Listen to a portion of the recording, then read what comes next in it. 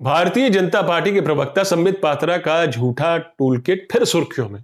इस बार इसलिए भी क्योंकि जिस सोशल मीडिया प्लेटफॉर्म का इस्तेमाल करके संबित पात्रा कांग्रेस के खिलाफ झूठ फैला रहे थे, कांग्रेस के फर्जी लेटर हेड बनवाकर कांग्रेस के दरवाजे सारा झूठ उड़ेल रहे थे, उस झूठ को ट्विटर ने ही एक्सपोज कर दिया है। ट्विटर ने पात्रा की टूलकिट वाली उस ट्वीट पर अपनी विशेष मुहर छाप दी है।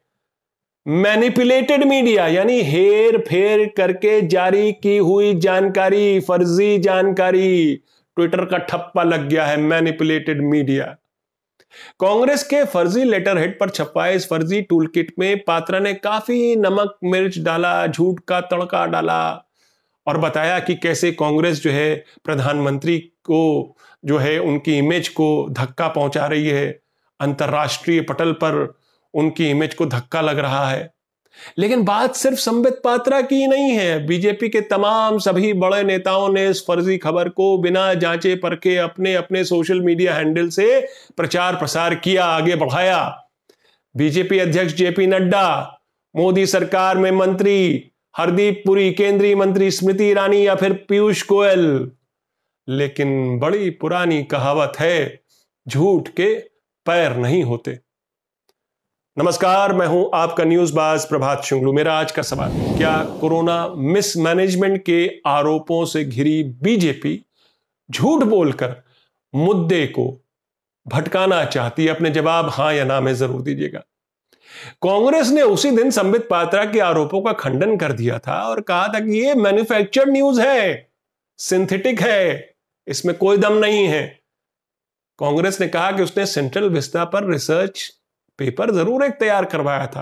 वो उनके पार्टी के मीडिया सेल का ये काम करते रहते हैं। हर मुद्दे पर वो एक रिसर्च उनके पास रहता है, हर पार्टी ऐसा करती है। लेकिन वो हिस्सा चुराकर उसे भी मैनिपुलेट किया गया। बाकी जानकारी तो खैर फर्जी है। कांग्रेस ने पात्रा के खिलाफ एफआईआर दर्ज की है और ट्विटर से भी कहा है कि इनका अकाउंट सस्पेंड किया जाए। सवाल उठता है कि आखिर बीजेपी को ऐसे पैंडेमिक के मौके पर कांग्रेस के खिलाफ फर्जी टूल किट बनाने की कैसे सूझी, क्यों सूझी? जवाब ढूंढने के लिए आपको और हमें दिमाग पर ज्यादा जोर डालने की जरूरत नहीं है।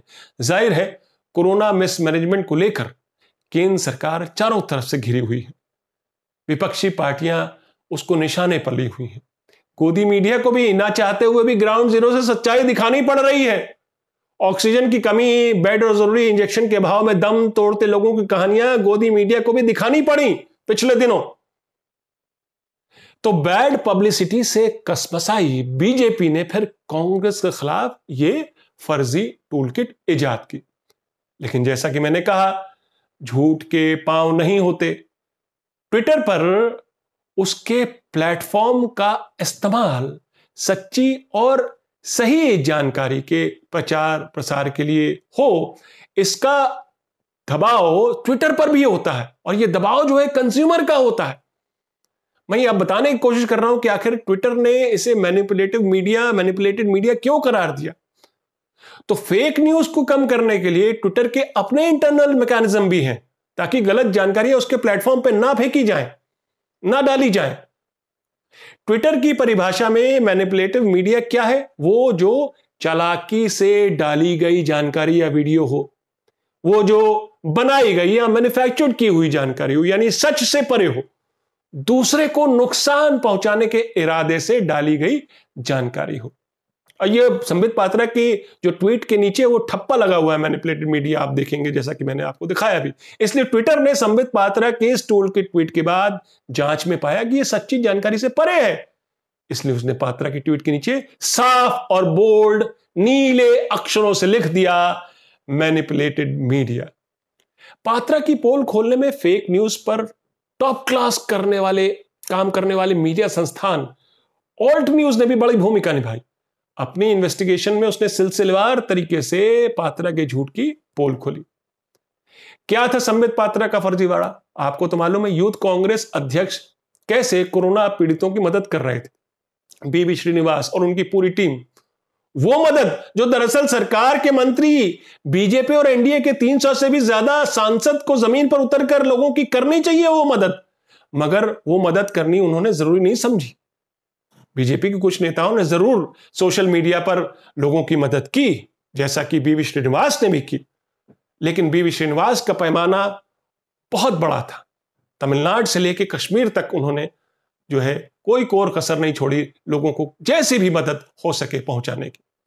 पात्रा की इस टूलकिट में कांग्रेस की मदद के प्रयासों को बदनाम करने की पूरी साजिश थी। कांग्रेस के फर्जी लेटर हेड जारी करके यह बताने की कोशिश की कि देखिए पार्टी ने सिर्फ अपनी पब्लिसिटी के लिए लोगों की मदद करने की कोशिश की। लोगों से कहा कि IYC यानी इंडियन यूथ कांग्रेस को टैग करो सोशल मीडिया पर, ट्विटर पर। कांग्रेस ने कार्यकर्ताओं को शहरों के अस्पतालों में बेड ब्लॉक करने को कहा और इस तरह की दूसरी फर्जी बातें जो है ये संबित पात्रा ने बताया कि ये इस टूल किट में है, कांग्रेस की टूल किट में, जो कि ऑब्वियसली फर्जी थी।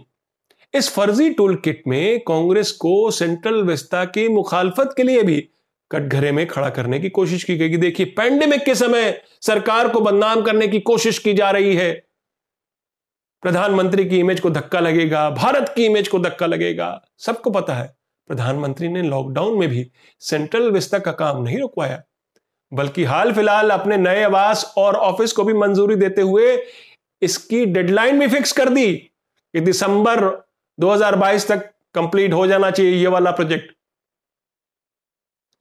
और जब संबित पात्रा ने ये टूल किट जारी की थी 18 तारीख को, तो उसके बाद सारे केंद्रीय मंत्री भी उन्होंने भी इस टूल किट को आगे बढ़ाया। स्मृति ईरानी ने राहुल गांधी को निशाने पर लिया कि आपको शर्म आनी चाहिए, हिंदुओं को बदनाम करते हैं, क्योंकि उस टूल किट में कहा गया था, वो कुंभ की भी बात की गई थी कि कांग्रेस जो है वो कह रही है कि नहीं होना चाहिए था कुंभ और ये हिंदू फेस्टिवल नहीं होना चाहिए था। तो स्मृति ईरानी ने कहा कि राहुल गांधी को शर्म आनी चाहिए, हिंदुओं को बदनाम करते हो, बिल्ली भी कुछ घर छोड़कर मुंह मारती है, देश में संक्रमण फैला और कांग्रेस मौत में अवसर ढूंढ रही। बीजेपी अध्यक्ष जेपी नड्डा ने उसी टूल किट पर लिखा, कांग्रेस तो समाज को बांटती आई है, जहर उगलती आई है समाज के खिलाफ। पैंडेमिक के समय में कांग्रेस को ये बेवकूफियां सूझ रही है, वो अपने टूल किट मॉडल से ऊपर नहीं उठ पा रही। ये जेपी नड्डा बोल रहे थे। हरदीप पुरी ने लिखा, कांग्रेस टूल किट में इंडिया के खिलाफ नफरत झलक रही है कांग्रेस के इस टूल किट में। यानी पात्रा की इस फर्जी ट्वीट के बाद बीजेपी के बड़े छोटे नेताओं ने पूरा समा बांधा इस फर्जीवाड़े को तूल देने का। कुल मिलाकर यह कि आज जब केंद्र सरकार को विपक्षी पार्टियों को साथ लेकर देश के सामने जो पैंडेमिक है उसे मिलकर सुलझाना चाहिए, सुलझाना चाहिए, उपाय निकालने चाहिए, उसके असर को कम करने की कोशिश करनी चाहिए मिलजुल के, तो प्रधानमंत्री की पार्टी यानी बीजेपी विरोधियों के खिलाफ फर्जी प्रचार कर रही है। गैर बीजेपी मुख्यमंत्री भी प्रधानमंत्री की बैठक के बाद इल्जाम लगा रहे कि उनको बोलने का मौका नहीं दिया जा रहा। यानी कि इस घोर मेडिकल इमरजेंसी के दौर में भी केंद्र सरकार बस एक ही बात जानती है और समझती है, एक राष्ट्र एक आवाज। वो आवाज केवल और केवल प्रधानमंत्री मोदी की होनी चाहिए। मेरा आज का सवाल फिर दोहराता हूं, क्या कोरोना मिसमैनेजमेंट के आरोपों से घिरी बीजेपी झूठ बोलकर मुद्दे को भटकाना चाहती है? अपने जवाब हां या ना में जरूर दीजिएगा। तो ये थी आज की न्यूज़बाजी। फिर मिलेंगे एक नई न्यूज़बाजी के साथ। तब तक के लिए नमस्कार।